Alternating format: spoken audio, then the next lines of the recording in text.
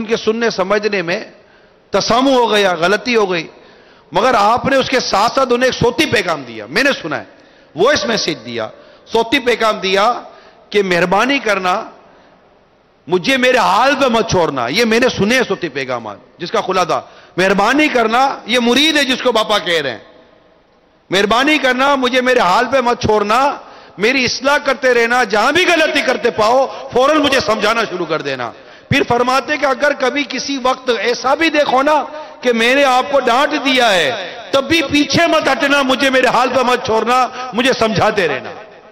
یعنی یہ جذبہ آپ کے میرے پیر کا ہے، آپ کے میرے مرشد کا ہے، جس کے نگاہ فیض سے کوئی قاری بنا ہے، کوئی عالی بنا ہے، کوئی حافظ بنا ہے، کوئی مبلغ بنا ہے، کوئی ذمہ دار بنا ہے، کوئی نگران بنا ہے، تو کوئی مدری حلیے کا پابند بنا ہے. یہ اس کا انداز ہے. ہم نے ان کا امامہ، ان کی چادر، ان کا یہ حلیہ سجا لیا، اللہ تعالیٰ کی رحمت ہے. مگر وہ کردار جو کردار ان پر فیضان رضا ہے، وہ جو کردار جو ان پر فیضان غوث اعظم ہے، وہ کردار جو ان کے اوپر فیضان مشکل کشا ہے، وہ کردار جو ان کے اوپر فیضان مصطفیٰ ہے، وہ کردار کہاں ہے؟ وہ انداز کہاں ہے؟ وہ تواضع کہاں ہے؟ وہ عاجزی کہاں ہے؟ وہ انکساری کہاں ہے؟ وہ قبول حق کا جذبہ کہاں ہے؟ وہ مسکرانا، ملنساری کے ساتھ اپنے سمجھانے والے کے ساتھ پیش آنا، یہ ساری چیزیں جو ان کے کردار میں ہیں، اور اب پردے کے پیچھے نہیں ہیں بلکہ ٹیلی ویژن کے اسکرین پر مدنی چینل کی صورت میں موجود ہیں، جس کے دیکھنے والوں کی تعداد اب ہزاروں میں نہیں، لاکھوں میں نہیں، غالباً کروڑوں میں پہنچی ہوئی ہے. یار یہ بھی تو کردار ہے. ہم کو ہمارے مکتب میں سمجھانے والے کی ہم نے طبیعت بری ہری کر دینی ہوتی ہے. انہیں بظاہر پورے لاکھوں کے سامنے کہا جا رہا ہے کہ آپ کی یہاں تسامح ہو گیا، یا آپ مطلب یہ کہنا تھا یہ کہہ دیا، یا یہ ہو گیا وہ ہو گیا، اور وہ مطلب کہ کئی دنوں تک، کئی ہفتوں تک رجوع لاتے ہیں. اچھا پھر صرف رجوع نہیں لاتے، اس کے سارے شرعی تقاضے پورے کرتے ہیں، مبلغین کو مکتوب لکھ کر بھیجتے ہیں، میل کرتے ہیں، پیغام دے دیتے ہیں کہ فلاں کتاب کے فلاں صفحے پر یہ غلطی ہو گئی تھی، اب آپ نے 12 ہفتوں تک اعلان کرنا ہے کہ یہ عبارت ایسی نہیں، یہ عبارت ایسے تھی، جبکہ وہ بھی تفتیش سے گزری تھی عبارت. مگر یہ نہیں کہتے کہ فلاں کی تفتیشیں بھی گزری تھی، فلاں کی تفتیشیں بھی گزری تھی، نہیں، لکھی میں نے تھی، اس کے اندر تبدیلی ہے، 12 ہفتے تک اعلان کرنا. یہ خوف خدا والوں کی علامت ہے، یہ خوف خدا والوں کی علامت ہے. جو لوگوں کے آگے شرمندہ ہونے سے محض ڈرتا ہے اور قیامت کی شرمندگی کا اسے خوف نہیں ہوتا، اس کے انداز کچھ اور ہوتے ہیں. اور جو قیامت کی شرمندگی سے ڈرتے ہیں، اللہ کے حضور حاضری سے ڈرتے ہیں، اللہ کے آگے جو اس کو حاضر ہونا ہے اس کا خوف جن کے دلوں میں ہوتا ہے، جن کی تعریف قرآن کرتا ہے، ولی من خاف مقام ربہ جنتان، جو اللہ کے حضور کھڑے ہونے سے ڈرے اس کے لیے 2 جنتیں ہیں. یہ اللہ کے حضور کھڑے ہونے سے ڈرنے والوں کے جو معاملات ہیں نا، یہ بالکل جدا ہوتے ہیں. ان کی سیرتیں الگ ہوتی ہیں، ان کے اندر ڈر اور سہما ہوا انداز ہوتا ہے. میں آپ کو کیا بتاؤں، ان کے اندر ڈر ہوتا ہے، سہما ہوا انداز ہوتا ہے، ڈرتے رہتے ہیں اپنے ماتحت سے، اس حوالے سے ڈرتے رہتے ہیں کہ ان کی دل آزاری نہ ہو جائے، ان کی حق تلفی نہ ہو جائے. کیونکہ حقوق العباد کا معاملہ اپنے سے ہلاک کے لیے تو نہیں نا ضروری، ادنا پر تو حقوق العباد کے معاملات نہیں آتے. اتنے مدنی منوں سے ان کا جو ڈرنا ہے نا، یقین مانیے میری آنکھوں نے دیکھا ہے. ہمارے بچے جب ان کے پاس آتے ہیں اور دیگر اسلام آباد کے بچے ان کے پاس آتے ہیں، اتنے ہی مدنی منیاں آپ لوگوں کے ارد گرد ہوتے ہیں، مگر مجال امیل سنت کے میں نے سیرت کے دیکھا کہ ان کی حق تلفی ہو جائے. یار ان کی دل جو، یعنی آپ کے پاس بھی روزانہ کے مدنی منیاں ہیں. میں ان کو بھی بتاؤں کم و بیش پلس مائنس کر کے، اگر آپ کم و بیش دن کریں، ان کے پاس بھی آئے دن مخصوص مدنی منیاں ہیں، مگر ان کا انداز جیسا پہلے دن ہوتا تھا، ان کا آخری دن بھی یہی ہے، نہیں بدلتا. یار نہیں بدلتا ان کا انداز. ڈر، میں نے کہا نا، ڈر. آپ کا اگر منصب استاد ہے تو ان کا منصب مرشد ہے. ہم سب کے پیر ہیں. مگر یہاں جو میں بات عرض کرنا چاہ رہا ہوں، وہ کتاب سے نکل کر ایک سراپا سیرت جو آج ہم سب میں جس کا وجود ہم پاتے ہیں، اللہ اس کا سایہ دراز کر دے اور ہم سب کو اس کا فیضان نصیب فرمائے. میں ان کا کردار آپ کے سامنے رکھ رہا ہوں، میں اپنی یا کسی اور کی بات نہیں کر رہا، میں ان کا کردار آپ کے سامنے رکھ رہا ہوں کہ وہ ڈرتے ہیں، آپ اور میں ڈرنے والے بن جائیں۔ نہیں نہیں یار، ڈر لگتا ہے۔ اور ایسی تربیت ہے ان کی، ایسی تربیت ہے الحمدللہ رب العالمین، ہمارا تو اس جگہ دماغ میں بٹھا دی ہے کہ جیسے ہی بچہ بالغ ہو جائے نا، اسے حقوق معاف کرواؤ، کہ اس کی نابالغی میں جو اس کی حق تلفیاں ہوئی ہوں گی نا، اور حق تلفیاں ہوئی ہیں اگر آپ نے دیکھی ہیں تو دعا کرتے رہو، یا اللہ کم از کم اس کو بالغ ہونے تک تو زندہ رکھنا۔ ایک مثال دے رہا ہوں تاکہ میں اسے اپنے حق معاف کروا سکوں۔ اور ہم جن مدنی منوں میں، مدنی منیوں میں، چاہے اسلامی بھائی اسلامی بہنیں وقت گزارتے ہیں، ایک آپ کا منصب ہے، اس کا انکار نہیں کرتا، پڑھانے کا ایک اپنا معروف و معلوم شرعین درست ایک انداز ہے، وہ ایک لائن ہے، وہ ایک لائن ہے، وہ ایک لائن ہے، چاہے قاری ہے، استاد ہے، ناظم ہے، ایون والد ہے، ایک لائن ہے۔ باپ بھی مار تو سکتا ہے، باپ بھی سختی کر تو سکتا ہے، اس کی ایک لائن ہے، اس لائن کو کراس کرے گا اللہ پکڑے گا اس کو، اس لائن کو کراس کر کے اگر اس نے اپنے بچے کو بھی پکڑا تو اس کو اللہ پکڑے گا، اگر اس نے لائن کراس کر کے اپنے بچے کی گرفت کی ہے تو اللہ اس کی گرفت فرمائے گا، اس سے گویا کہ اس بات کا وہ مستحق ہو گئے گا اس کی گرفت کی جائے۔ اللہ معاف کر دے اپنی رحمت سے، اس کی مرضی ہے، وہ رب ہے، وہ کائنات کا مالک ہے، وہ ہمارا پیدا کرنے والا ہے۔ ہر ایک کی ایک لائن ہے، ہر ایک کی ایک لائن ہے، وہ لائن کراس نہیں کرنی ہوتی ہے، وہ لائن کراس نہیں کرنی ہوتی، وہ یہ بات یاد رکھیے گا۔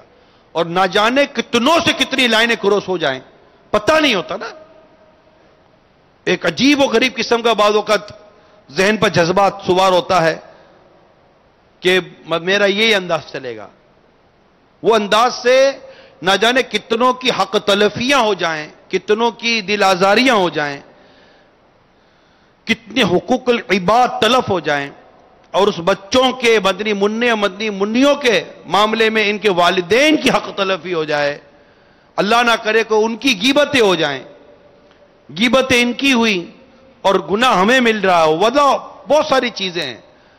تو ان سب کا کیا، ان سب کا کیا؟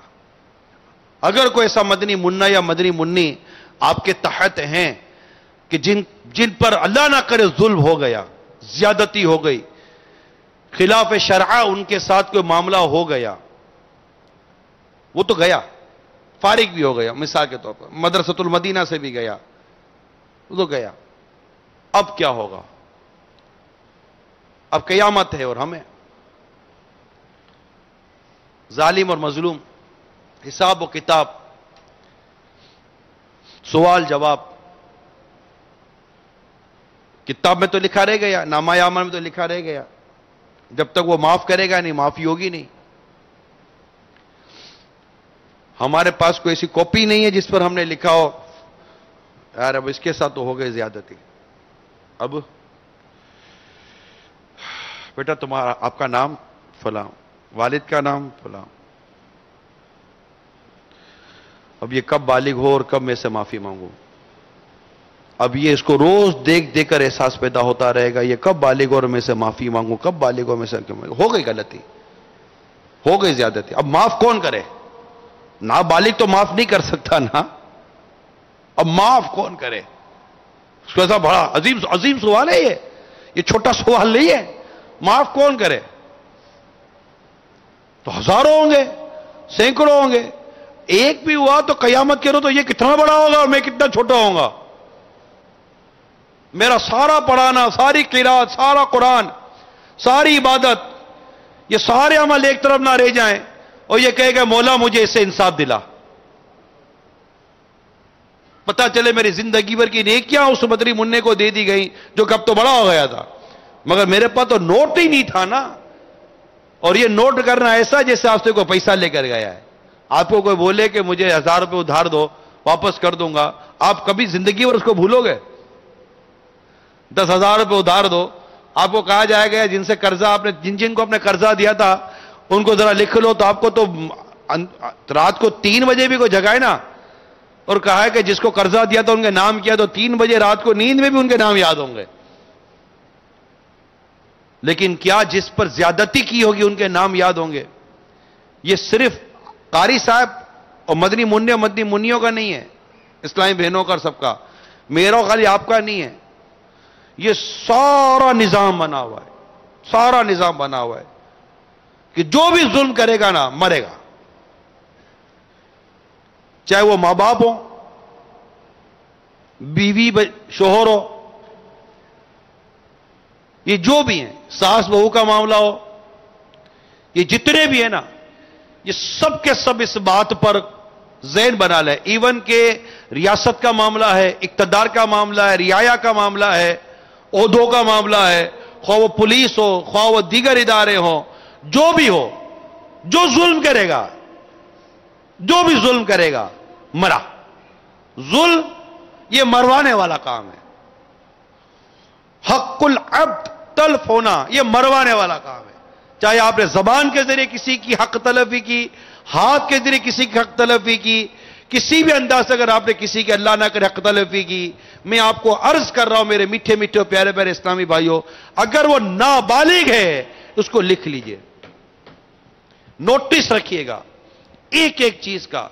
اعلیٰ حضرت امام اہل سنت کا واقعہ یاد ہوگا کہ ایک نابالغ بچے کو آپ نے مطلب کہ ایک وہ جلال میں آ کر اس کو کچھ ترکیب ہو گئی تھی ایسی، اس سے معافی مانگنے کا انداز کیسا تھا میرے اعلیٰ حضرت کا رحمت اللہ تعالی علیہ. کتنی عظیم بارگاہ ہے. تو یہ حق العبد ہے نا، اس کو پڑھے جتنا پڑھ سکتے ہیں، ظلم اس کو پڑھے جتنا پڑھ سکتے ہیں. اور یہ اس ٹائم نہیں، میں تو کسی بھی ٹائم کی بات کرتا ہوں، مار کر پڑھانا یہ کہیں بھی ایٹیکیٹس میں ہے ہی نہیں، طریقہ کار میں ہے ہی نہیں. اس کو تو آپ میں اگر کہیں کوئی تھوڑا بہت اس طرح کا اگر مزاج لے کر بیٹھے ہوئے نا اگر، تو اس کو یکسر ختم کر دیں. مدرسۃ المدینہ میں تو اجازت ہے ہی نہیں مارنے کی، نہ ہاتھ سے مارنے کی اجازت ہے، نہ کین رکھنے کی اجازت ہے، نہ تار، نہ پائپ، نہ ڈنڈی، نہ ڈنڈا، کچھ بھی رکھنے کی اجازت ہے ہی نہیں. اور اگر کوئی ایسے ڈرانے دھمکانے کے لیے بھی رکھتا ہے نا تو اس کو بھی اس کی بات کی اجازت نہیں ہے کہ ہم تو ڈرانے اور دھمکانے کی بھی فیور میں نہیں ہے، نہیں ہے. ویسے ہی لوگ دین سے دور ہیں، اسلام اور دین کی تعلیمات سے دور ہیں. ہم تو دیکھتے ہیں کہ جو جہاں پر استاد پیار کرنے والے ہوتے ہیں نا، اور مدنی منوں کو لطف آ رہا ہوتا ہے، چاہے وہ دار المدینہ ہو، مدرسۃ المدینہ ہو، جامعۃ المدینہ ہو، بچہ وہاں چھٹی نہیں کرتا، بلکہ اگر چھٹی ہو جائے تو روتا ہے کہ مجھے جانا تھا. اس وجہ سے نہیں کہ باجی مارے گی یا قاری صاحب ماریں گے یا استاد صاحب ماریں گے یا ڈانٹیں گے سزا دیں گے، نہیں، اس کو لطف بہت آتا تھا. نظام تعلیم کو سمجھنے کی بہت ضرورت ہے اور اس کو لینا پڑے گا. نرمی، پیار، محبت کے ذریعے تربیت ہوگی، سمجھانے کے ذریعے تربیت ہوگی. اگر کوئی مدنی منا یا مدنی منی آپ کے معیار کے مطابق نہیں آ رہے، یا پڑھائی پر توجہ نہیں دے رہے، یا درجے کا ماحول بگاڑ رہے ہیں، تو ان کے والدین ہیں، ان کے سرپرست ہیں، آپ سختی نہ کریں.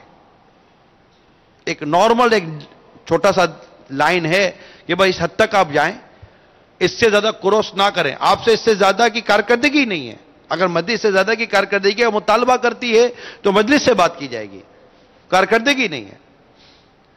مگر ایک لائن ہے، اس کو کروس ہرگز نہ کریں. وہ لائن ایک ایک قاری صاحب کو، ایک ایک باجی کو، پیرنٹس کو بھی پتا ہونی چاہیے، سرپرست کو پتا تھا بھئی یہ لائن ہے، اس لائن کو کراس نہیں کرنا. تو انشاءاللہ تبارک و تعالی مزید بہتری آئے گی. اللہ کی رحمت سے ہزاروں حفاظ نکل گئے، مزید ہزاروں بنیں گے، ہزاروں الحمدللہ ہمارے ناظرہ قرآن کریم ختم کر گئے، مزید ہزاروں کریں گے. مدرسۃ المدینہ کا بتدریج اضافہ یہ اس بات کی دلیل بھی ہے کہ الحمدللہ ہمارے مدارس المدینہ کو عاشقان رسول قبول کرتے ہیں. اتنے ہیں نہیں، مگر ایک بنیادی وجہ یہ ہے کہ اسے قبول کیا جاتا ہے. الحمدللہ اس میں مدنی منوں کی تربیت سنتوں کے مطابق، ان کو پڑھانا کا انداز، یہ گھر جاتے ہیں تو ان کے اندر جو فرق ہے، جو مدرسۃ المدینہ میں آ کر جو گھر پہ مدنی منع جاتے تو ان کا فرق ان کے والدین کو بتا دیتا ہے کہ یار یہ ادارہ اچھا ہے. جاتا ہے اپنے والدین کی دستبوسی کرتا ہے، خدمت کرتے ہیں، جی سے بات کرتے ہیں، بہت سارے آداب آ جاتے ہیں، اٹھنے بیٹھنے کا انداز تبدیل ہو جاتے ہیں مدرسۃ المدینہ کے مدنی منوں کا. تو ڈیفینیٹلی کہ یہ قاری صاحبان کی تربیت کا نتیجہ ہے، ناظمین کی تربیت کا نتیجہ ہے، اساتذہ کرام کی تربیت کا نتیجہ ہے کہ ان کے اندر یہ تبدیلیاں آتی ہیں.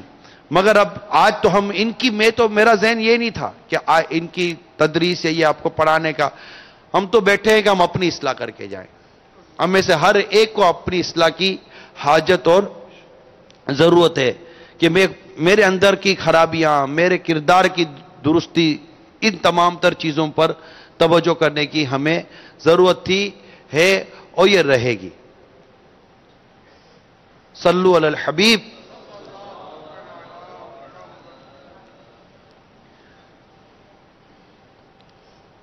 تو ہمارا جو بنیادی جو بیان تھا، پہلا بیان کا جو حصہ تھا وہ یہ تھا کہ ہم سمجھنے کی سچویشن میں رہیں، ماننے کی سچویشن میں رہیں، ماننے کی صورتحال میں رہیں، اور اس طرح کا انداز رکھیں کہ مجھے بھول کرتا پائیں، مجھے غلطی کرتا پائیں تو میری اصلاح فرمائے، اور جو اصلاح کرے نا اسے مسکرا کر رپلائی کرے. یہ مدنی پھول میرا ہمیشہ یاد رکھیے گا. اللہ مجھے بھی توفیق دے جب بھی کوئی اصلاح کرے، ایسا بھی نہیں کہ دل میں لے کر رکھ لیا اور مثال کے طور پر شکریہ کے ساتھ مسکرا کر اس کو کہہ تو دیا بہت بہت شکریہ آپ کا، بہت بہت شکریہ یار، آئندہ بھی آپ کو جب بھی میری غلطی نظر آئے تو مجھے سمجھانا، اور دل میں لے کے بیٹا اب تجھے ایک مرتبہ اگر میں نے دیکھ لیا نا غلطی کرتے ہوئے، اگر موٹر سائیکل کا اسٹینڈ بھی صحیح نہیں لگایا نا، 4 آدمی کو بتاؤں گا اس کو موٹر سائیکل چلانے نہیں آتی.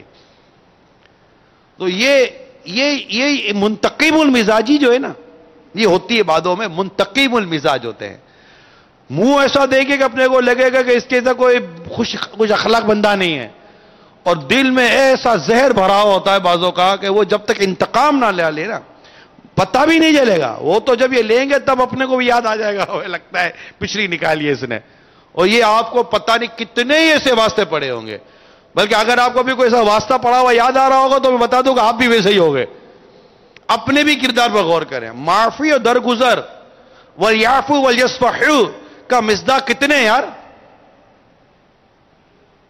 چاہیے کہ درگزر کرے اور معافی سے کام لیں. اس کے مصداق کتنے؟ کتنے آتا ہے ہم لوگوں کو کہ ہم معاف کرتے رہیں، درگزر کرتے رہیں، اور دل بڑا رکھے نا، بڑا رکھے، دل بہت بڑا رکھے. یعنی واقعی اگر کوئی ہمیں غلط سمجھا کر چلے، یار سمجھانے والے نے بھی جاریانہ انداز اختیار کیا، فور ایگزامپل نہیں آتا، یہ بھی میں بتا دوں، ہر ایک کو سمجھانا نہیں آتا.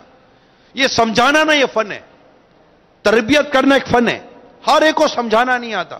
سمجھانے کے لیے تو یا اصلاح کرنا چاہتے ہیں نا، یقین مانیے اس کے لیے سب سے بنیادی بات میں عرض کروں، سب سے بنیادی بات نرمی. کیا ہے؟ کہیں کیا ہے؟ آپ کہیں نیند نہیں چڑھے گی آپ کو. کیا ہے؟ زور سے کہیں کیا ہے؟ کسی کی اصلاح کرنا چاہتے ہیں، سمجھانا چاہتے ہیں، سب سے پہلے آپ نے کیا اختیار کرنا ہے؟ سب مل کر بولو گے تو آواز کچھ اور ہی نکلے گی. یہ یاد ہو جائے نا، نکلتا نہیں ہے. جب منہ سے نرمی نہیں نکلتی تو کردار سے کہاں سے نکلے گی؟ ہمارے منہ سے لفظ نرمی نہیں نکلتا تو ہمارے کردار سے نرمی کیسے نکلے گی؟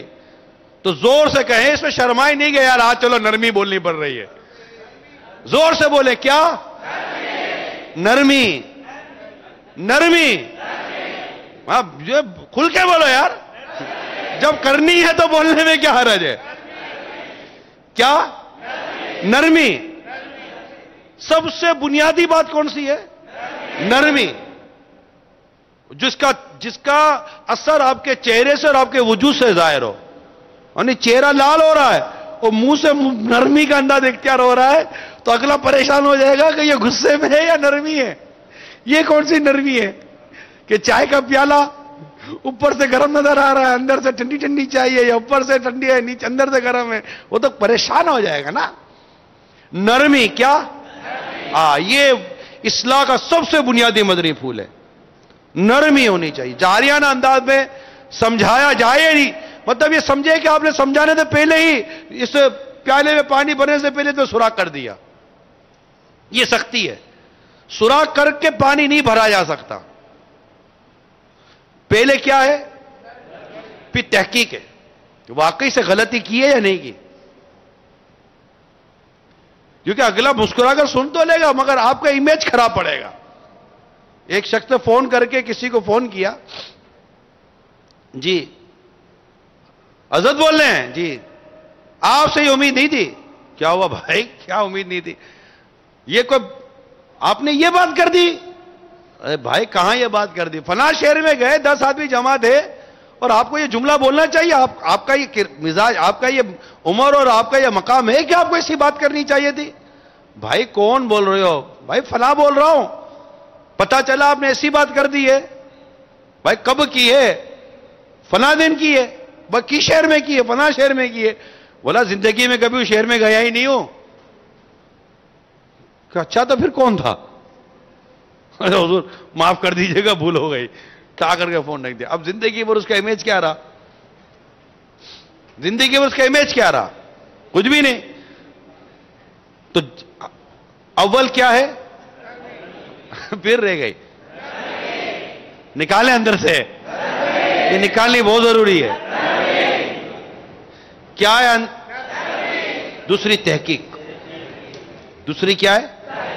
پتا ہو واقعی یہ غلطی ہے، اس کے لیے وقت چاہیے ہوتا ہے، غور کرنا ہوتا ہے۔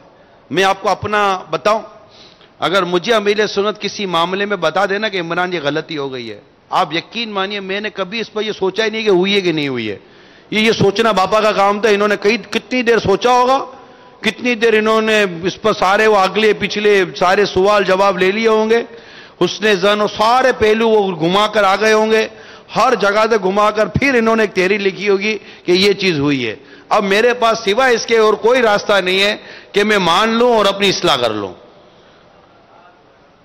یہ مطلب یہ آپ کو ایک اپنا میں وہ بتا رہا ہوں، پیر پر اعتماد ہے، چلو اس کو یوں کر لو، پیر پر اتنا اعتماد ہے، اور اگر میری غلطی نہیں ہے تو اب میں کیا مطلب یہ بحث کروں کہ باپا آپ کی غلطی ہے؟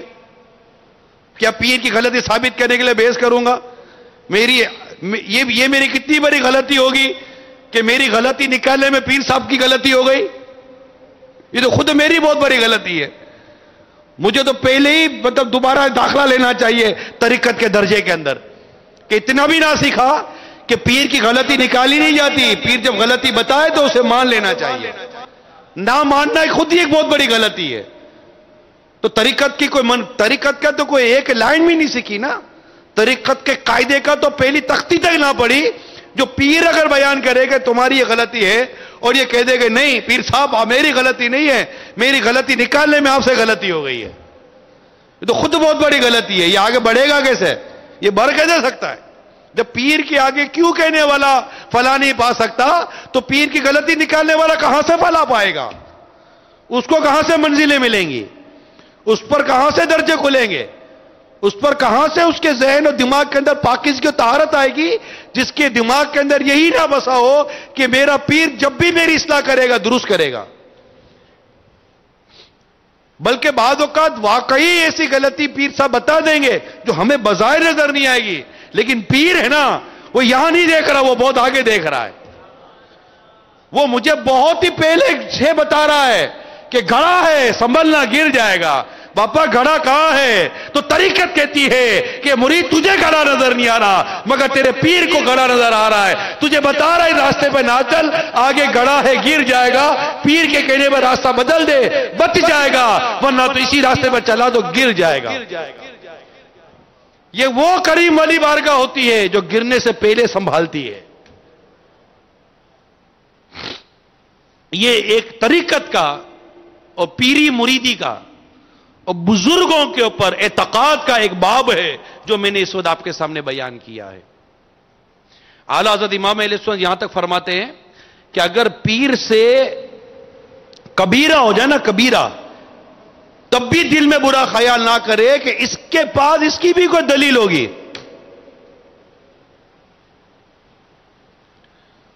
پیر کی اولاد کو بھی اس کی بھی تعظیم کرے اگرچہ بے جا حال پر ہو. بے جا حال پر ہو. تعظیم، ادب اور احترام یہ بالکل اور شے ہے. پیر کی جتنی تعظیم، پیر کی جتنی محبت، پیر کی جتنی عقیدت اور پیر کی جس قدر یہ ساری چیزیں دل میں جتنی ایک ایک کر کے جمع ہوں گی نا، تو یہ پیر کی محبت، تعظیم، ادب، احترام، اطاعت کی یہ جو تے بن رہی ہے نا، یہ تے اے مرید تجھے اونچا کر رہی ہے. یہ تے تجھے اونچا. آج پیر کی محبت پر کھڑا اتنا اونچا نظر آ رہا ہے. اب پیر کی تعظیم، اب پیر کی یہ، اب پیر کی یہ، پیر کی عقیدت، پیر سے حسن زن، پیر کا یہ، پیر کی اطاعت، پیر کی فرما برداری، پیر کی دل جوئی، یہ جتنی تے جل رہی ہیں تو اسی قدر اوپر ہوتا چلا جائے گا. اور یہ ایک ایک چیز نکلتی جائے گی تو نیچے آتا چلا جائے گا. پھر اتنا نیچے گرے گا کہ لوگ ڈھونڈ رہے ہوں گے مگر نظر نہیں آئے گا. اور یہ ہوا ہے. اتنے اوپر ہوتے تھے کہ لوگ یوں دیکھتے تھے، ایسے گئے کہ گڑھا بھی نظر نہیں آ رہا. یہ گئے کدھر؟ گئے کدھر؟ یہ پیر جامع شرائط ہونا چاہیے. تو میں تو پیر صاحب کی بات کر رہا ہوں، ٹھیک ہے نا. پیر ہوتا ہے، چاہے وہ چشتی سلسلے میں ہو، سہروردی سلسلے میں ہو، نقشبندی سلسلے میں ہو، قادری سلسلے میں ہو. پیر ہوتا ہے، جامع شرائط ہونا چاہیے. پھر جو ملا پیر کے صدقے میں ملا، بس. اپنے کو دوسری بات آتی نہیں ہے.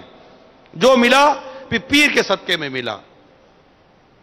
جی پیر ہو جامع شرائط، جس کا بیان کئی دفعہ ہو چکا ہے. تو دوسری بات تحقیق. کیا تھی؟ تحقیق، کہ جو بات آپ کر رہے ہیں وہ تحقیق. اب تیسری بات، پہلی نرمی تحقیق، اب سمجھانے کا انداز. پر دلیل ہونا چاہیے. کیا ہونا چاہیے؟ پر دلیل. یہ آپ نے کیا کر دیا؟ یہ کوئی کرنے کی بات ہے؟ جاہل.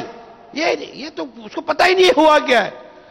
کہتے ہیں کہ غلطی سے زیادہ بعض اوقات اصلاح بڑی غلطی ہوتی ہے. یعنی کہ اصلاح کرنا جو ہے نا، یہ غلطی سے بڑی غلطی والا انداز ہوتا ہے. آدمی سنوارنے کے بجائے بگاڑ دیتا ہے، اچھا کرنے کے بجائے تباہ کر دیتا ہے، برباد کر دیتا ہے. یہ تو نکال ہی دے اپنی ڈکشنری سے کہ آپ بڑی سے بڑی غلطی کو کبھی جھاڑ کر سمجھا سکتے ہیں. یہ نکال دے اپنی ڈکشنری سے. جو مدنی چینل پر بیٹھے ہیں، والدین بیٹھے ہیں، اساتذہ بیٹھے ہیں، چھوٹے بڑے جو بھی بیٹھے ہوئے ہیں نا، یہ ذہن سے نکال دے گا. آپ جھاڑ کر جہاں جہاں شریعت اور اسلام و دین جس منصب پر جس حد تک سختی کی دعوت دیتا ہے، اجازت دیتا ہے، وہ ایک ریئر کیسز ہیں. مگر یہاں جرنل اوور آل گفتگو کی جا رہی ہے. جھاڑ کر آپ کچھ بھی نہیں کر سکتے. وہ کسی تھانہ کے ایک خلیفہ کے پاس ایک شخص حاضر ہوا اور جاریانہ انداز میں اصلاح کرنی چاہیے.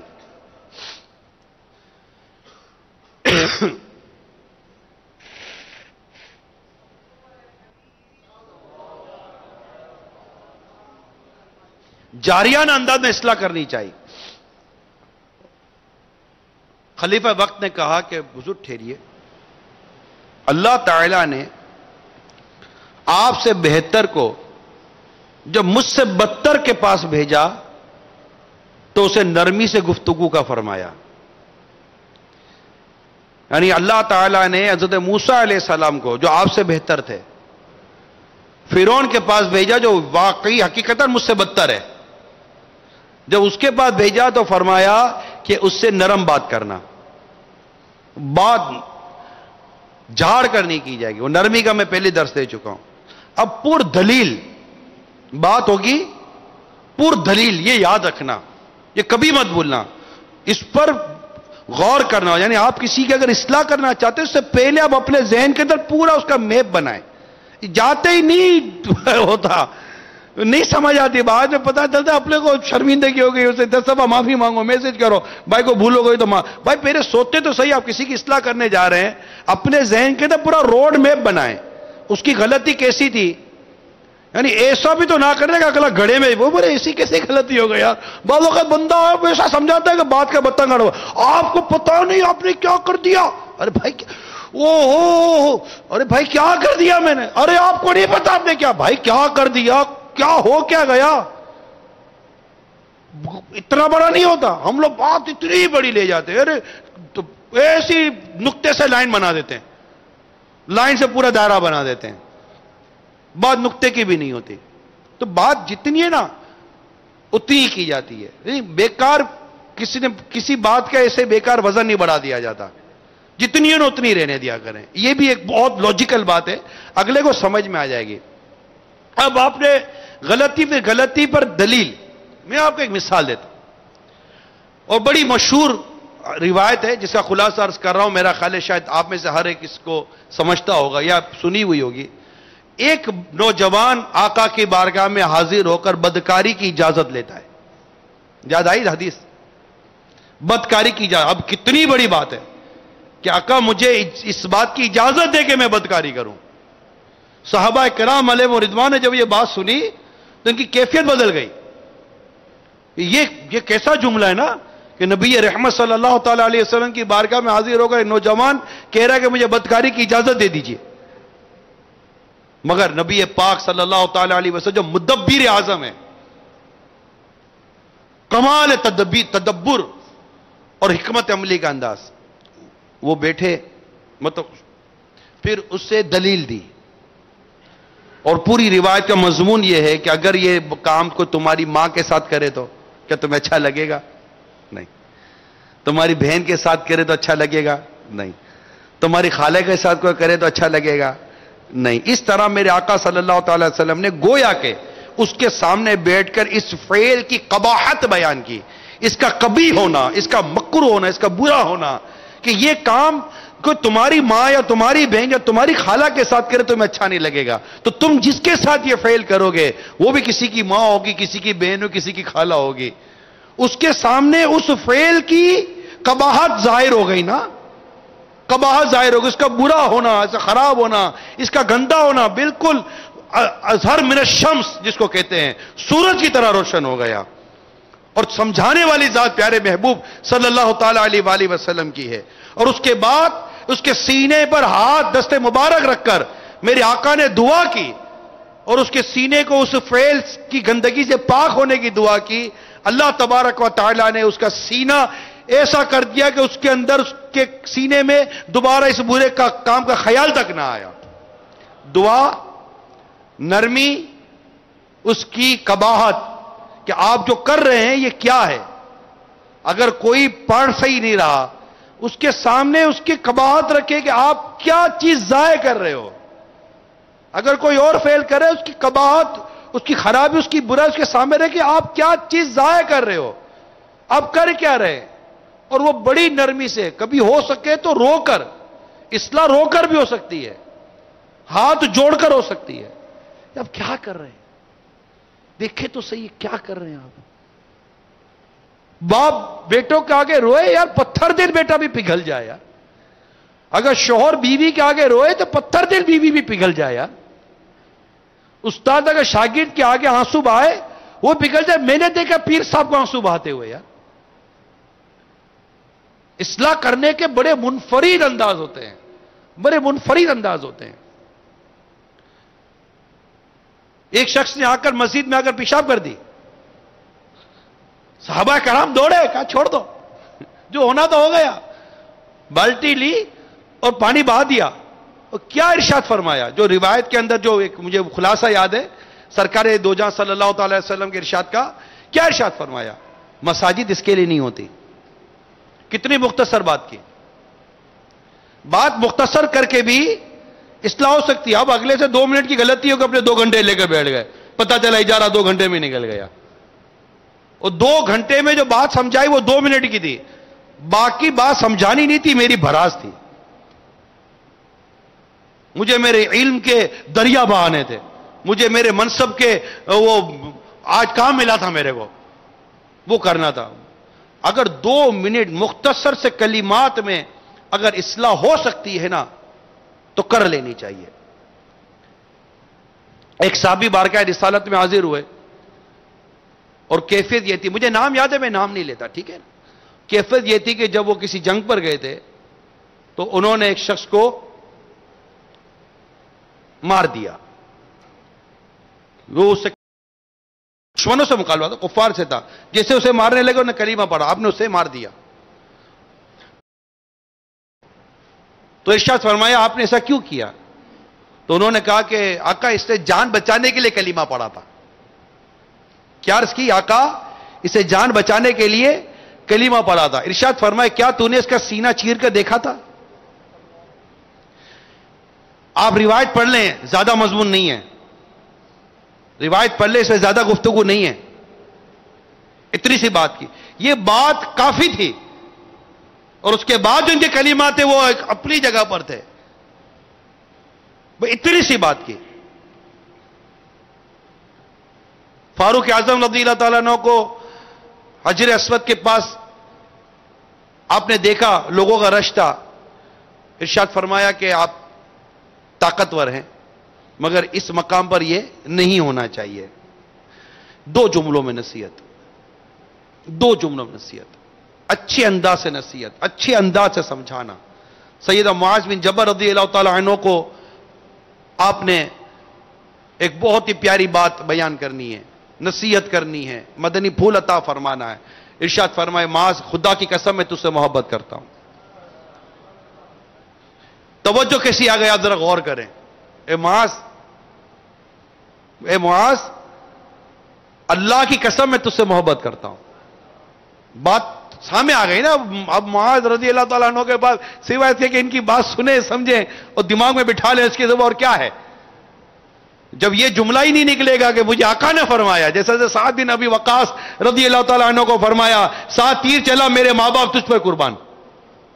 یہ کلمات آقا اپنے غلاموں کو دے رہے ہیں. پیارے محبوب صلی اللہ تعالیٰ علیہ وسلم اپنے صحابہ کرام علیہ رضوان کو ایسے ایسے کلمات دیتے تھے. صدیق اکبر کو پیارے پیارے کلمات دیے، فاروق اعظم کو پیارے پیارے کلمات دیے، عثمان غنی کو پیارے پیارے کلمات دیے، مولا علی کو پیارے پیارے کلمات دیے. کل یہ خیبر کا جھنڈا میں اس کے ہاتھ میں دوں گا جس کے ہاتھ پر اللہ تعالیٰ نے خیبر کی فتح رکھی ہے. اور بڑے اجتماع میں فرمایا علی کہاں ہے؟ علی کہاں ہے؟ اوئے اوئے اس وقت مولا علی کرم اللہ تعالی وجہ الکریم جن کی آنکھوں میں درد تھا کیسے آئے ہوئے ہوں گے، اور کیسی شفقت کہ لعاب دہن آنکھوں میں لگایا اور درد ہی دفع ہو گیا، درد ہی چلا گیا. یہ کلمات کبھی آپ نے پڑھے ہیں کتابوں کے اندر؟ یہ بڑوں نے اپنے جو غلاموں کو، آقا نے جو اپنے غلاموں کو کلمات دی، یہ کلمات بہت کام دیتے ہیں. یہ مطلب صحابہ کرام علیہ رضوان کی زندگیوں کا بہت بڑا سرمایہ ہے جو صحابہ کرام علیہ رضوان کو بارگاہ رسالت سے عطا کیے گئے. اور کبھی جیسے فرماتے کہ اب جو آئے گا وہ جنتی ہے، آئے ہائے اب جو آئے گا وہ جنتی ہے. یہ جنت کی بشارتیں مل رہی ہے. ابو بکر فی الجنہ، عثمان فی الجنہ، عمر فی الجنہ، علی فی الجنہ، عبد الرحمن بن عوف فی الجنہ. 10 صحابہ کرام کو جنت کی بشارتیں مل رہی ہیں. صدیق اکبر کو طرح طرح کی بشارتیں مل رہی ہے کہ جنت کے ہر دروازے سے تم کو بلایا جائے گا. کہیں مولا علی کرم اللہ تعالی وجہ الکریم سے بات کی جا رہی ہے کہ عمر و ابو بکر کا مقام کیا ہے. کبھی ان کو بتایا جا رہا ہے کہ علی کا مقام کیا ہے. کبھی کہتے ہیں انا مریضۃ العلم وعلی بابوہا، میں علم کا شہر ہوں، علی اس کا دروازہ ہے. کئی حضرت دیگر صحابہ کرام علیہ رضوان، اب ایک ایک کر کے کئی نام یاد آتے رہیں گے. کسی کو اللہ کی تلوار کہہ دیا، کسی کا لقب بھی اللہ کی تلوار بن گیا، کبھی کسی کو کیا، کبھی کسی کن کن کلمہ سے نوازا. کسی کو کہا یہ میری امت کے امین ہے، ہائے ہائے. شاید حضرت ابو عبیدہ بن جرہ ہیں رضی اللہ تعالیٰ عنہ جو مجھے یاد پڑتا ہے، یہ میری امت کے امین ہے. اللہ اللہ، کتنا بڑا لقب ہے یہ، امین الامہ، ان کو لقب ملا. یہ بہت خوبصورت چیزیں ہیں. ہم نے سیرت پاک کو پڑھے تو صحیح. ہم وہ کون سا انداز تھا جس سے صحابہ کرام علیہ رضوان کو ایسا کر دیا کہ برے اشارے پر جان قربان کر دیتے تھے. یار کہ کسی صحابی کو گرفتار کر کے پوچھا جائے کہ کیا تم اس بات کو پسند کرتے ہو کہ تمہیں چھوڑ دیا جائے اور تم اپنے بیوی بچوں کے ساتھ خوش رہو، اور یہاں پر تمہارے نبی کو ہم اس طرح لا کر کھڑا کر دیں، تو وہ کہتے ہیں بڑی دور کی بات لے آئے. میں تو اس بات کو بھی پسند نہیں کرتا کہ میں یہاں ہوں اور وہاں میرے محبوب کے پاؤں میں کانٹا چبھ جائے. یہ محبت، یہ پیار، یہ عقیدت، یہ ادب، یہ احترام اور یہ والیانہ جذبہ، یہ وہ شفقت، وہ محبت، وہ پیار اور وہ مطلب چیزیں تھیں قرآن کریم میں ہے نا کہ اے محبوب تم پر اللہ کی رحمت ہوئی جو تم ان کے لیے نرم ہو گئے. یہ چیزیں ہوتی ہیں جب آپ اور ہم اپنے ساتھ، اپنے ماتحت، اپنے چھوٹے بڑوں کے ساتھ اس انداز پر رہیں گے تو کہاں گیا بغض، کہاں گیا کینہ، کہاں گئی نفرت، کہاں گیا حسد. اور قرآن کریم کی کون سی آیت ہے، مجھے وہ آیت کریمہ یاد نہیں ہے کہ ہم نے ان کے سینوں سے کینہ کھینچ لیا ہے. قرآن کریم میں ہے کہ ہم نے ان کے، اللہ تعالیٰ فرماتا ہے ہم نے ان کے سینے سے کینہ کھینچ لیا ہے. مولا علی فرماتے کہ آیت ہمارے حق میں نازل ہوئی ہے. اوئے ہوئے ہوئے، اللہ ان کی تعریف بیان کرتا ہے قرآن کریم میں. اللہ تعالیٰ ان کی تعریف بیان کرتا ہے قرآن کریم میں. حدیثوں میں ان کی تعریف ہی آئی ہیں. تو سرکار صلی اللہ تعالی علیہ وآلہ وسلم کا جو ایک انداز مبارک ہے اصلاح کرنے کا، سمجھانے کا، تربیت فرمانے کا، اور یہ ہے نا کہ آیت کریمہ نازل ہوتی، سرکار آیت کریمہ کی نہ صرف تلاوت کرتے، تزکیہ نفس کرتے تھے نا، تربیت فرماتے تھے. منصب ہے یہ. تو یہ بہت ساری ایسی ملٹیپل قسم کے مدنی پھول ہیں، مختلف قسم کے مدنی پھول ہیں کہ جنہیں اگر ہم لے کر رہیں اور اپنے کردار پر امپلیمنٹ کریں اور دوسروں سے اپنے آپ کو اس طرح لے کر چلے کہ اگر کوئی آ کر اپنے پیٹ پر ایک پتھر دکھاتا تو آقا 2 پتھر دکھا دیتے تھے. وہ دیکھتے تھے کہ ہمارے آقا خود بھوکے ہیں، خود بھوکے ہیں. ابو ہریرہ رضی اللہ تعالیٰ عنہ بھوکے ہیں. صدیق اکبر آئے، فاروق اعظم آئے، نکل جائیں، آقا ملاحظہ فرمائے تو جان لے کہ ابو ہریرہ بھوکے ہیں. یہ کیا بات ہے. میرے آقا صلی اللہ تعالی وسلم کی نگاہ رحمت کی، شفقت و محبت کی. ایک پیالہ ہو تو بلا لیتے تھے سب کو لے آؤ، سارے اصحاب صفا کو لے آؤ. معجزہ بالکل ظاہر ہوا. کرم کی بات بھی تو دیکھو یار، رحم کی بات بھی تو دیکھو یار، عطاؤں کی بات بھی تو دیکھو یار. ایک دعوت ہوتی تھی تو یہ تو خصائص مصطفیٰ ہے کہ اپنے ساتھ کئیوں کو لے جاتے تھے. کرم کی بات بھی تو دیکھو یار، فضل کی بات بھی تو دیکھو، شفقت کی بات بھی تو دیکھو یار. عزیز علیہ ما عنتم، ان کا مقام ہے کہ تمہارا مشقت پڑھنا ان پر گرا گزرتا ہے. حریص علیکم، تمہاری بے انتہا ہرس چاہنے والے. بالمؤمنین رؤوف رحیم، مومنوں پر کمال مہربان. اعلیٰ حضرت رحمت اللہ تعالی علیہ کا وہ شعر دیکھے نا، اعلیٰ حضرت عالم ہے نا، مومنوں پر رؤوف رحیم ہو. آقا کی رحمت کو پکارا جا رہا ہے کہ یا رسول اللہ، قرآن کریم کہتا ہے بالمؤمنین رؤوف رحیم. مومن ہوں آقا، یا رسول اللہ میں مومن ہوں. اور آپ کی شان یہ ہے کہ مومنوں پہ رؤوف رحیم ہو. مومنوں پہ رؤوف رحیم ہوں. سائل ہوں، سائلوں کو خوشی لا نہر کی ہے. وَأَمَّا السَّائِلَ فَلَا تَنْهَرْ. اور حبیب سائل کو مت جھڑک. اور کمال ہے اعلیٰ حضرت امام اہل سنت اور ان کے والد ماجد کا، مولا نقی علی خان علیہ رحمت الحنان. احسن الویال آداب دعا میں کتنی پیاری بات لی گئے جب اللہ خود فرمائے کہ وَأَمَّا السَّائِلَ فَلَا تَنْهَرْ. اے حبیب سائل کو مت جھڑک. یہ اللہ کا فرمان ہے پیارے حبیب کو، اے حبیب سائل کو مت جھڑک. تو وہ رب کریم اپنے در کے سائل کو کیسے واپس لوٹائے گا؟ جب میں میرے رب کی بارگاہ میں حاضر ہی دوں کہ یا اللہ میں حاضر ہوں، تو اپنے حبیب سے فرماتا ہے وَأَمَّا السَّائِلَ فَلَا تَنْهَرْ. اور حبیب سائل کو مت جھڑک. میں تیرے در کا سائل ہوں میرے مولا. میں بھکاری، میں محتاج، میں مجبور و لاچار، میں بے بس.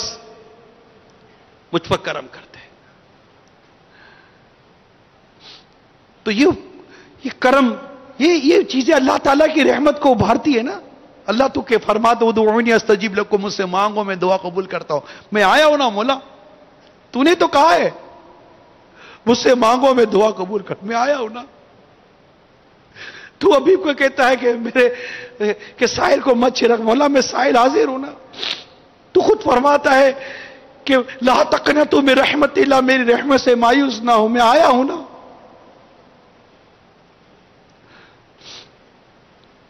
کیسے میرا رب کریم اپنے بندوں کو خالی لوٹائے گا؟ نہیں، اپنے بندوں کو میرا رب خالی نہیں لوٹاتا، عطا کرتا ہے، عطا کرتا ہے، دیتا ہے۔ مانگنے والا ہونا چاہیے، ملتا ضرور ہے۔ ہم دکھی ہیں، ہم پریشان ہیں، مجبور و لاچار بھی ہوتے ہیں، تنگ دست بھی ہوتے ہیں، پریشان بھی ہوتے ہیں، بیمار بھی ہوتے ہیں، گھریلو پریشانی ہوتی ہے، بچوں کی پریشانیاں ہوتی ہیں، طرح طرح کے مسائل ہوتے ہیں۔ مسائل دور کون کرے؟ کون دور کرے؟ کہیں کون دور کرے؟ اللہ۔ کون دور کرے؟ کون دور کرے؟ اللہ۔ مسائل کون دور کرے؟ اللہ۔ مسائل کون دور کرے؟ کون سنے؟ قادر مطلق کون؟ زبردست کون؟ پریشانی دور کرنے والا کون؟ میرے ہر حال سے باخبر کون؟ میرے دل میں آنے والے خطرات و خیالات کو جاننے والا کون؟ اللہ۔ میری سننے والا کون؟ اللہ۔ میں اس کے بارگاہ میں حاضری نہ دوں؟ اور آقا دو جہاں صلی اللہ تعالی علیہ وسلم فرماتے ہیں قرآن کی تلاوت کرنے والے کو اللہ تعالیٰ مانگنے والے سے زیادہ عطا فرماتا ہے۔ جس کو تلاوت نے سوال کرنے سے روکا، اللہ تعالیٰ اسے سوال کرنے والے سے بہتر عطا فرماتا ہے۔ کرو نا قرآن کی تلاوت، کریں قرآن کی تلاوت، مانگے اللہ تبارک و تعالیٰ سے اس انداز ہے، اللہ کا ذکر کر رہے ہیں، اس کی تعریف کر رہے ہیں، اس کے کلام کو پڑھ رہے ہیں، اللہ مانگنے والے سے بڑھ کر عطا فرماتا ہے۔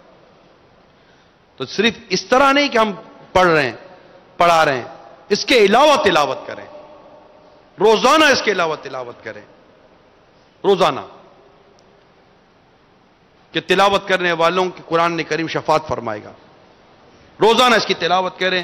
اس کے علاوہ جو ہمارے ٹائمنگ ہے، جو سیکھنے سکھانے کے، پڑھنے پڑھانے کے، اس کے علاوہ روزانہ تلاوت کو اپنا معمول بنا لیں۔ اللہ کریم ہم سب کو عمل کی توفیق دے۔ آج جو آپ جمع ہوئے ہیں، اس کی ایک بنیادی وجہ دعوت اسلامی کے لیے مدنی عطیات بھی ہیں۔ دنیا بھر میں دعوت اسلامی کا جو مدنی کام بڑھ رہا ہے، الحمدللہ الحمدللہ ثم الحمدللہ، اللہ کی کروڑوں رحمت ہے۔ ہمارے مدارس المدینہ جتنے ہیں ان کے اخراجات بہت زیادہ ہیں، جامعۃ المدینہ جتنے ان کے اخراجات بہت زیادہ ہیں، اور آپ اس بات کے عینی شاہد ہوں گے جہاں جہاں آپ پڑھتے پڑھاتے ہیں کہ ہر طرف سے مدارس المدینہ بڑھانے کی ڈیمانڈ ہے۔ عمارتیں بننا، مدارس بننا، قاری صاحبان، یہ ساری چیزیں اخراجات بڑھاتی ہیں۔ جامعۃ المدینہ کی کہاں ڈیمانڈ نہیں ہے؟ یہ آپ بھی میرے سے زیادہ شاید آپ کو علم ہو تو کوئی تعجب نہیں ہے۔ مساجد بنانے کی کہاں پر ضرورت نہیں ہے؟ دارالمدینہ بنانے کی کہاں حاجت نہیں ہے؟ اور یہ اور بڑھیں گے، کیونکہ ہم نے اسٹاپ تو کرنا نہیں ہے نا، ہم نے قرآن کریم کی تعلیم کو تو عام کرنا ہے۔ ابھی تو کروڑوں مدری منع مسلمانوں کے بچے ایسے جن کے ہمیں داخلہ دینے ہیں۔ روزانہ کتنے بچے تو پیدا ہو رہے ہیں، وہ بھی تھوڑے عرصے کے بعد بولیں گے بھائی مدرسۃ المدینہ دو، 2 ڈھائی 3 سال کے رکنے کا نام نہیں لیں گے۔ قاری صاحبان کے کورس ہوتے رہیں گے، رکنے کا نام نہیں لیں گے۔ اسی طرح اخراجات بڑھتے رہیں گے، گھٹنے کا نام نہیں لیں گے۔ آپ کہیں کہ پچھلے سال میں نے 2 لاکھ روپے کہے تھے، 10 لاکھ روپے کہے تھے، تو اس سال آپ کو 2 کروڑ 10 کروڑ روپے کرنے پڑیں گے۔ ملٹیپل ہوتا ہے، ایکسپینس ملٹیپل ہوتے چلے جا رہے ہیں۔ بجلی کے خرچے بڑھ رہے ہیں، تنخواہیں، سیلریز ہیں، اجارے ہیں، ڈیفینیٹلی اس کو بڑھنا چاہیے، میرا ووٹ ہے فل، ڈیفینیٹلی بڑھنا چاہیے، مگر اس کے بڑھنے کا پورے کے پورا انحصار آپ کے مدنی عطیات کے اس طرح بڑھنے سے ہے کہ ایک قاری صاحب کے اگر اتنے بھی اجارہ بڑھتا ہے تو سب قاری صاحب کے بڑھیں گے تو کتنا اجارہ بڑھ جائے گا، کہ ان تمام ایکسپنسز کو پورے 13 مہینے پر بونس ملا کر ملٹیپلائی کیا جائے گا، پھر دیکھا جائے گا کہ کتنا بجٹ بڑھے گا۔ یہ تمام تر سوچیں ہمارے سامنے ہیں۔ مدرسۃ المدینہ کے مینٹیننس کے کام کتنے ہیں؟ اول تو یہ کہ یہ سارے ذمہ داری آپ ہی قبول کر لیں، ناظم، قاری صاحب اور آپ کا مدرسۃ المدینہ، مالیات کے ماتحت آپ قاری صاحب مدرسۃ المدینہ، جہاں مدرسۃ المدینہ کھولنا ہے وہاں پر قاری صاحب اور ناظمین کا انتظام ہو، نگران کریں، اور اس کے اخراجات اسی علاقے سے کیسے پورے ہوں گے یہ کریں۔ اگر جس دن آپ نے یہ کر لیا نا، جو میں عرض کر رہا ہوں کہ جہاں جس محلے میں مدرسۃ المدینہ کھلا وہیں پر اس کے اخراجات پورے ہو رہے ہیں، بجلی کے، اجارے کے، سارے اخراجات وہاں سے پورے ہو رہے ہیں. میں آپ کو یقین دلاتا ہوں آپ ہزاروں مدارس المدینہ ایک سال میں کھول لو گے، مگر اس کے لیے یہ کرنا پڑے گا جو میں عرض کر رہا ہوں. اس کے بغیر مشکل ہے. ظاہر آپ کے سارے مدنی عطیہ جب ایک جگہ جمع ہوں گے، کابینات یا کابینہ یا مالیہ سطح پر وہاں سے ملیں گے تو وہ بہت لمیٹڈ ملیں گے نا. اور جب آپ خود ہی خود کفیل ہو جائیں گے سسٹم کے تحت، انڈر امبریلا آف دعوت اسلامی، مالیات کے تحت کہ بھائی ہمارے اس مدرسۃ المدینہ کے تقریباً 1,63,000 روپے خرچہ ہے مہینے کا، مثال دے رہا ہوں، وہی 1,72,000 ہمارے یہاں سے جمع ہو رہے ہیں.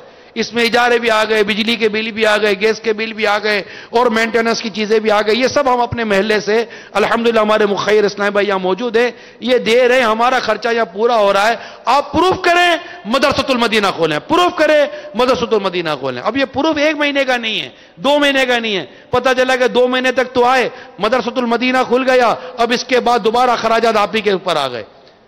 تو اب اتنی بڑی تحریک چلانی ہے نا. اخراجات تقسیم ہوتے ہیں نا، جو بھی مالیات آئے گا وہ تقسیم ہوں گے. مدنی چینل بھی تو آپ کا فری چل رہا ہے نا. اتنے مدنی مراکز سے اتنا کام ہے، اربوں نہیں. میں کیلکولیٹڈ آپ کو میں لکھ کر دے سکتا ہوں اگر میرے ساتھ بیٹھے ہوں. ٹوٹل ایکسپنسز آف دعوت اسلامی جو ہمارے پینڈنگز کام ہے، آپ کے ایکسپنسز اربوں میں نہیں، آپ کے ایکسپنسز اب خربوں میں. اتنی بڑی تحریک ہے، اسلام و سنیت کا اتنا بڑا کام ہو رہا ہے، اس کا بجٹ خربوں میں ہی بنے گا نا اگر آل اوور اگر لے لیا جائے تو. ڈے ٹو ڈے کے اگر آپ روزمرہ کے بھی ایکسپنسز لے لیں تو اربوں روپوں کا ہمارا خرچہ ہے. اربوں روپے، کروڑوں سے تو کب نکل گئے آپ. تو یہ آپ کو کرنے، جو میں نے ابھی آپ کو ایک چھوٹا سا فارمولا دیا ہے نا مدنی پھول، اس کو میرا خیال ہے قاری صاحبہ، ناظم صاحب لے لیں، ہمارے نگران لے لیں. مجھے اندازہ ہے گلی گلی، ڈویژن ڈویژن، علاقہ علاقہ مدرسۃ المدینہ بالغ مدرسۃ المدینہ کھولنے کی ہمارے پاس درخواستیں آتی رہتی ہیں. مگر ہر مدرسہ بہت بڑا خرچہ آتا ہے، ایکسپنس آتا ہے، اور وہ ہونے بھی ہیں. مدنی چینل پر اگر دے کر سن رہے ہیں تو وہ بھی دیں جتنے دینے ہیں. یہ سب دین کی خدمت کے لیے میں کہہ رہا ہوں. یہ چندہ میں اپنی ذات کے لیے نہیں کہہ رہا. قرآن کے تعلیم اگر حاصل ہوگی تو آپ کے محلے میں ہوگی، آپ کے محلے کے بچے پڑھیں گے. میرے بچے ادھر پڑھنے تھوڑی آئیں گے، یا اس کے بچے وہاں پڑھنے تھوڑی آئیں گے، اس کے بچے وہاں پڑھنے کے لیے تھوڑی آئیں گے. جہاں پر یہ کھلے گا وہیں کے مدنی منع پڑھیں گے نا، وہیں کے مدنی منیاں پڑھیں گی، وہیں کے آس پاس کے قاری صاحبان کو روزگار بھی ملے گا، اور قرآن کی تعلیم بھی ہو رہی ہے. وہیں پر باجی اسلامی بہنوں کو روزگار بھی ملے گا، اور وہیں ان کی ہوگی. پورے پورے گھر چلیں گے، پورے پورے خاندان چلیں گے. اس سے بڑی ویلفیئر کیا ہوگی یار، کہ آپ کے پورے گھر اور پوری فیملی اور خاندان چل رہے ہیں. اتنا بڑا ویلفیئر کا کام ہو جاتا ہے. اتنے اجارے نکلتے، اتنی سیلریز نکلتی ہیں، اتنا روزگار نکلتا ہے. قرآن کی تعلیم آ رہی ہوتی، برکتوں کا، رحمتوں کا نزول الگ. فوائد ہی فوائد ہیں، نقصان کا کوئی بظاہر پہلو نہیں ہے. مگر اس کو پورا کرنے کے لیے اخراجات. ایک بچہ کسی گھر میں دوسرا پیدا ہو جائے نا تو خرچہ بڑھ جاتا ہے. پورا مدرسہ آ جائے تو خرچہ کتنا بڑھے گا. یہ آپ کے اوپر بہت بڑا ڈیپینڈ ہے، قاری صاحبہ، ناظمین وغیرہ، بہت بڑا ڈیپینڈ ہے آپ کے اوپر کہ آپ اپنے مدرسۃ المدینہ کو خود کفیل کریں. اس کے لیے سنجیدگی کے ساتھ پلاننگ کریں، لسٹ بنائیں، اور لسٹ بنا کر ایک مسجد بھی محلے کی چل رہی ہے تو کون سا دنیا کے دیگر جگہوں سے چلتی ہے؟ مسجد کے نمازی ہی تو مل کر مسجد چلا رہے ہیں نا. تو آپ کے محلے والے مل کر آپ کا مدرسۃ المدینہ کیوں نہیں چلا سکتے؟ ایک مسجد کیسے چلتی ہے بھائی؟ مسجد بھی تو محلے کے چندے سے چلتی ہے. تو آپ کا ادھر کا مدرسۃ المدینہ محلے والوں کے مدنی عطیہ سے کیوں نہیں چل سکتا؟ وہ کمیٹی جو مسجد کی ہوتی ہے، امام صاحب سب مل کے کوشش کرتے ہیں. ماشاءاللہ عاشقان رسول مسجد کے لیے چندہ دیتے ہیں، اور یہ چندے کے ذریعے نظام چلی، چندے کے ذریعے لیا دین کا، اسلام کا نظام. یہ کوئی انہونی ویسی کوئی انوکھی بات بھی نہیں ہے. اور اس کے لیے سوال کرنا کوئی حرج نہیں. ہماری عزت کیا؟ ہماری عزت تو دین کے صدقے میں. دین کے لیے جس قدر کام کریں گے ہماری عزت میں بڑھاوا آئے گا، کمی نہیں آئے گی. تو آپ اس چیز کو لیں، زکوٰۃ فطرے کے بستے لگائیں اور خوب مدنی احتیاط کریں، اسلامی بھائیوں سے رابطے کریں، مخیر اسلامی بھائیوں سے رابطے کریں، اسلامی بہنیں اپنا کردار ادا کریں، اور سب سے زیادہ زور آپ نے اپنے مدرسۃ المدینہ کو خود کفیل کرنے میں لگانا ہے۔ اللہ عمل کرنے کی توفیق عطا فرمائے۔ مدنی چینل دیکھنے کی نیت کرتے رہیں، مدنی مذاکروں کی دعوت دی میں نے آپ کو۔ اس کے علاوہ آپ کے جدول کے مطابق جو مدنی قافلے کا جدول بنتا ہے اس کے مطابق مدنی قافلوں میں سفر کریں، قاری صاحبان فکر مدینہ کریں، ناظمین یعنی مدنی انعامات، مدنی قافلہ، ہفتہ وار اجتماعات میں حاضری، تو آپ کا علاقائی دورہ، مدنی دورے میں شرکت، روزانہ مدرسۃ المدینہ بالغان پڑھانا۔ آپ بتائیے کہ اگر یہ ہم سب مل کر اللہ کی رحمت سے یہ شروع ہو جائیں تو مدینہ مدینہ نہ ہو جائے؟ کرے نا کچھ، ایک بار پھر عزم کریں یار، ایک بار پھر عزم کریں۔ میرے باپا کی دعوت اسلامی کو میں آگے لے کر چلوں گا۔ یہ میرا ٹھیک ہے، مطلب کہ 8 سے لے کر 4 بجے تک کا جو تھا وہ ہو گیا، یہ میرا سمجھے کہ ماشاءاللہ قرآن کی تعلیم عام کرنے والا ایک میرا روزگار ہے، لیکن اب میں بھلا اور میری تحریک بھلی۔ مدنی دورہ ہے، مدنی قافلہ ہے، مدنی انعامات ہیں، علاقے کا مدرسۃ المدینہ برائے بالغان ہے، مدنی مشورے ہیں۔ اب میں ان مدنی کاموں میں مصروف، ذمہ داریاں لے لیں، مدنی کام کریں یار۔ جتنی تحریک آگے بڑھے گی مدنی تحریک، جتنا اس مدنی تحریک کا کام آپ آگے لے کر بڑھیں گے، اسی قدر انشاءاللہ اصلاح امت کے مواقع بڑھیں گے۔ تو اس میں نیت کریں، سر پر سبز امامے کا تاج ہمیشہ سجا کر رکھیں، گھر میں گھر سے باہر بھی اللہ توفیق دے تو سر پر زلفیں رکھیں۔ یہی ہمارے وہ حال ظاہر ہے جو ہمارے مدنی منوں کو اثر انداز ہوتا ہے، ہماری گفتگو کا، مسکرانے کا، ملنساری کا، پیار کا، محبت کا، شفقت کا ایک انداز ہے۔ اور ایک حدیث پاک یاد رکھنا، بھولنا نہیں اس حدیث پاک کو، جو ہمارے بڑوں کا ادب نہیں کرتا ہمارے بچوں پر شفقت نہیں کرتا، ہمارے چھوٹوں پر شفقت، ہمارے بڑوں کا ادب نہیں کرتا ہمارے چھوٹوں پر شفقت نہیں کرتا، لیسا منی، وہ ہم میں سے نہیں ہے۔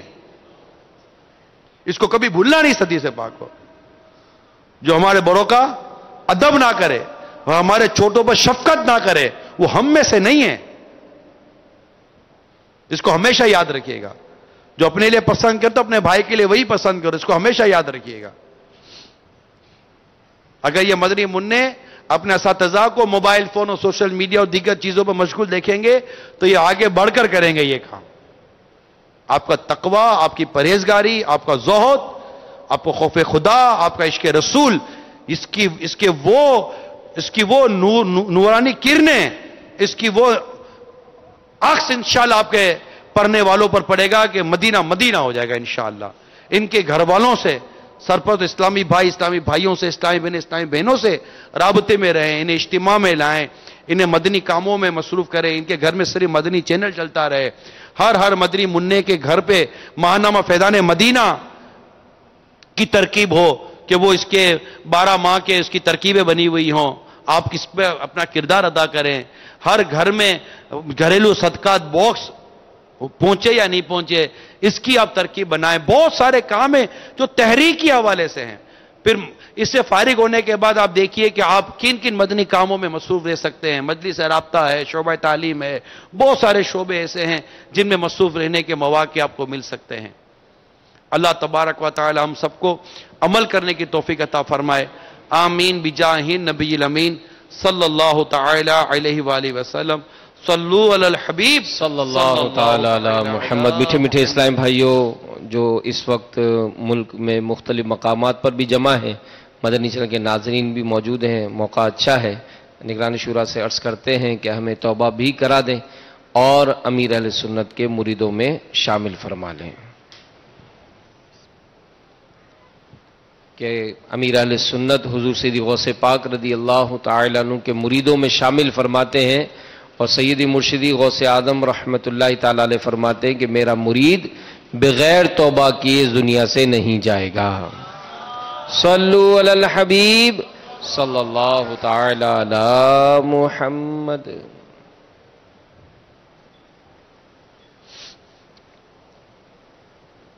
الصلاۃ والسلام علیک یا رسول اللہ وعلی آلک واصحابک یا حبیب اللہ لا الہ الا اللہ محمد رسول اللہ صلی اللہ تعالی علیہ وسلم۔ توبہ کرتا ہوں میں اپنے تمام پچھلے گناہوں سے، اور وعدہ کرتا ہوں میں کہ آئندہ شریعت پر چلوں گا، بد مذہبوں اور برے لوگوں کی صحبت سے بچتا رہوں گا، نماز و روزے کی پابندی کرتا رہوں گا، ماں باپ کی نافرمانی، جھوٹ، غیبت، چگلی، وعدہ خلافی، گالی گلوچ، فلمیں، ڈرامے، گانے باجے، بے پردگی وغیرہ وغیرہ گناہوں سے بچتا رہوں گا۔ اے اللہ میری اس توبہ کو قبول فرما اور مجھے میرے وعدے پر ثابت قدم رکھ۔ مرید ہوتا ہوں میں خاندان عالی شان قادریہ رضویہ عطاریہ میں نے اپنا ہاتھ آپ کے ذریعے سے شیخ طریقت امیر اہل سنت کے ہاتھ میں دیا، اور ان کے ذریعے میں نے اپنا ہاتھ سرکار بغداد حضور غوث پاک رضی اللہ تعالی عنہ کے ہاتھ میں دیا۔ اے اللہ مجھے جناب غوث اعظم کے مریدوں میں قبول فرما، اور کل قیامت میں غوث پاک کے غلاموں میں اٹھا۔ صلاۃ والسلام علیک یا نبی اللہ وعلی آلک واصحابک یا نور اللہ صلو علی الحبیب اللہم بارک لنا فی رجب و شعبان وبلغنا رمضان صلو علی الحبیب صلاۃ والسلام علیک یا رسول اللہ وعلی آلک واصحابک یا حبیب اللہ سبحانک اللہم وبحمدک لا الہ الا انت استغفرک واتوب الیک سبحانک اللہم وبحمدک لا الہ الا انت استغفرک واتوب الیک سبحانک اللہم وبحمدک لا الہ الا انت استغفرک واتوب الیک۔ الحمدللہ رب العالمین والصلاة والسلام علی سید المرسلین یا ارحم الراحمین یا ارحم الراحمین یا ارحم الراحمین۔ اللہم ربنا آتنا فی الدنیا حسنة وفی الآخرة حسنة وقنا عذاب النار۔ اللہم اغفر وارحم وانت خیر الراحمین۔ یا اللہ ہم سب کی حاضری اپنی بارگاہ میں قبول فرما، ہم سب کے صغیرہ کبیرہ سارے گناہوں کو معاف فرما، ہماری بے حساب مغفرت فرما، ہمارے ماں باپ پر کرم فرما، ہمارے پیر و مرشد پر کرم فرما۔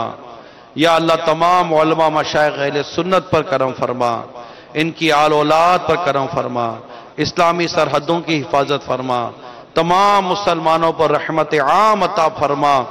یا اللہ ہمارے بیماروں پر، قرض داروں پر، پریشان حالوں پر رحمت کی نظر فرما، ہم سب کی بے حساب مغفرت فرما، تقوی اور پرہیزگاری والی زندگی نصیب فرما، ایمان کی سلامتی عطا فرما، قبر و حشر میں آسانی عطا فرما۔ یا اللہ عافیت اور عافیت عطا فرما، سلامتی عطا فرما، فضل و رحمت فرما، فضل و رحمت فرما، فضل و رحمت فرما۔ دعوت اسلامی کا مدن کام کرتے رہنے کی توفیق عطا فرما، امیر اہل سنت کی غلامی اور دعوت اسلامی پر مرتے دم تک استقامت عطا فرما۔ بار بار حج کی سعادت دے، بار بار میٹھا مدینہ دکھا۔ کہتے رہتے ہیں دعا کے واسطے بندے تیرے، کر دے پوری آرزو ہر بے کس و مجبور کی. ان اللہ و ملائکتہ یصلون علی النبی یا ایھا الذین آمنوا صلوا علیہ وسلموا تسلیما. صلی اللہ علی النبی الامی وآلہ صلی اللہ تعالی علیہ وسلم. صلاۃ و سلام علیک یا سیدی یا رسول اللہ. سبحان ربک رب العزت عما یصفون وسلام علی المرسلین والحمد للہ رب العالمین. لا الہ الا اللہ محمد رسول اللہ. صلاۃ و سلام پڑھ لیں.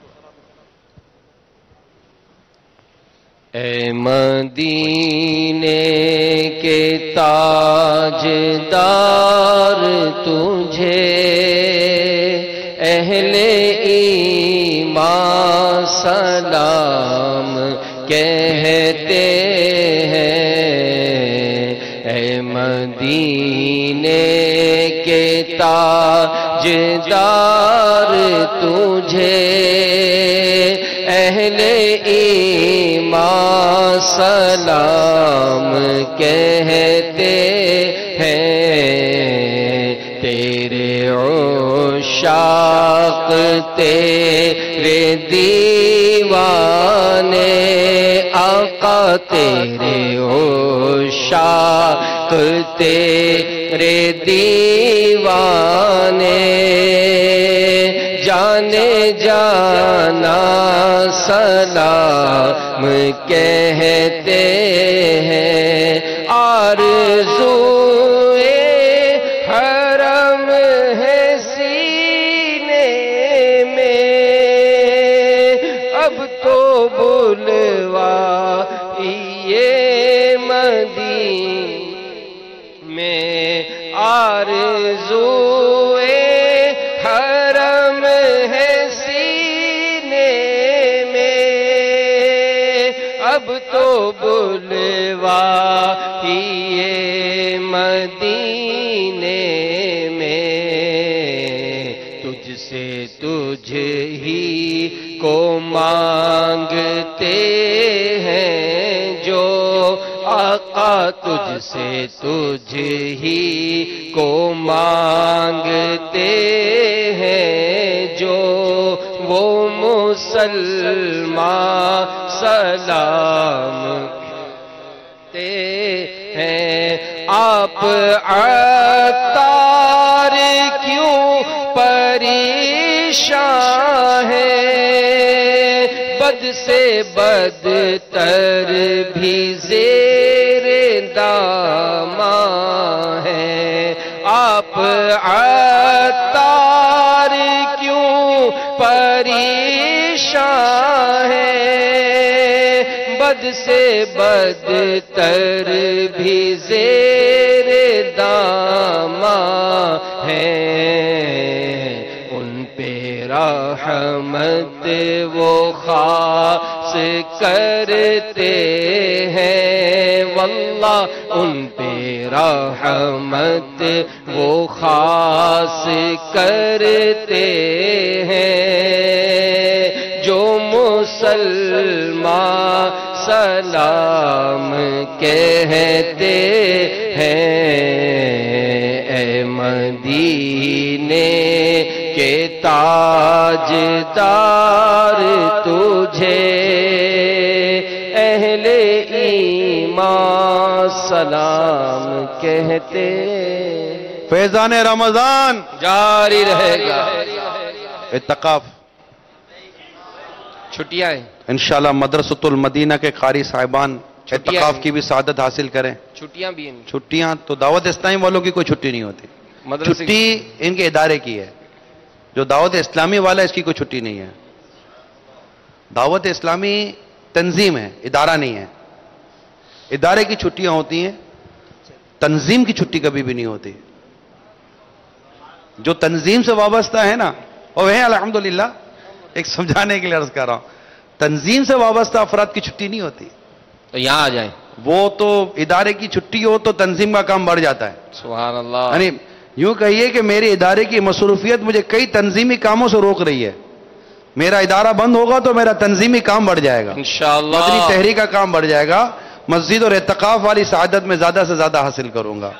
تو تمام تر عاشقان رسول جو مدرسۃ المدینہ سے وابستہ ہیں، انہوں نے اعتکاف کی سعادت حاصل کرنی ہے.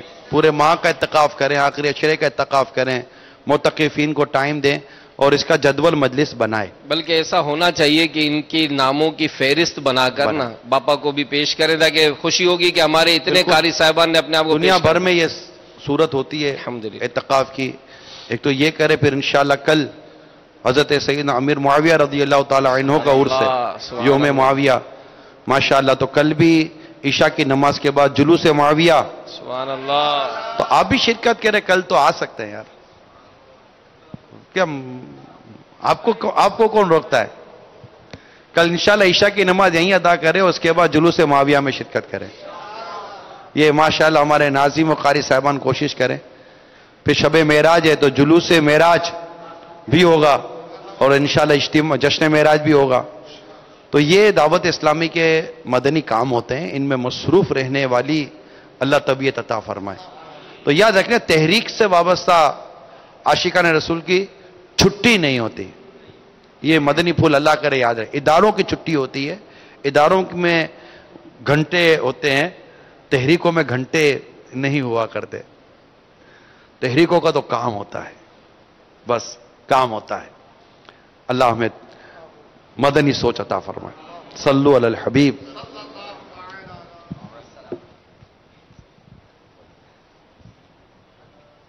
میں مبلغ بنوں سنتوں کا،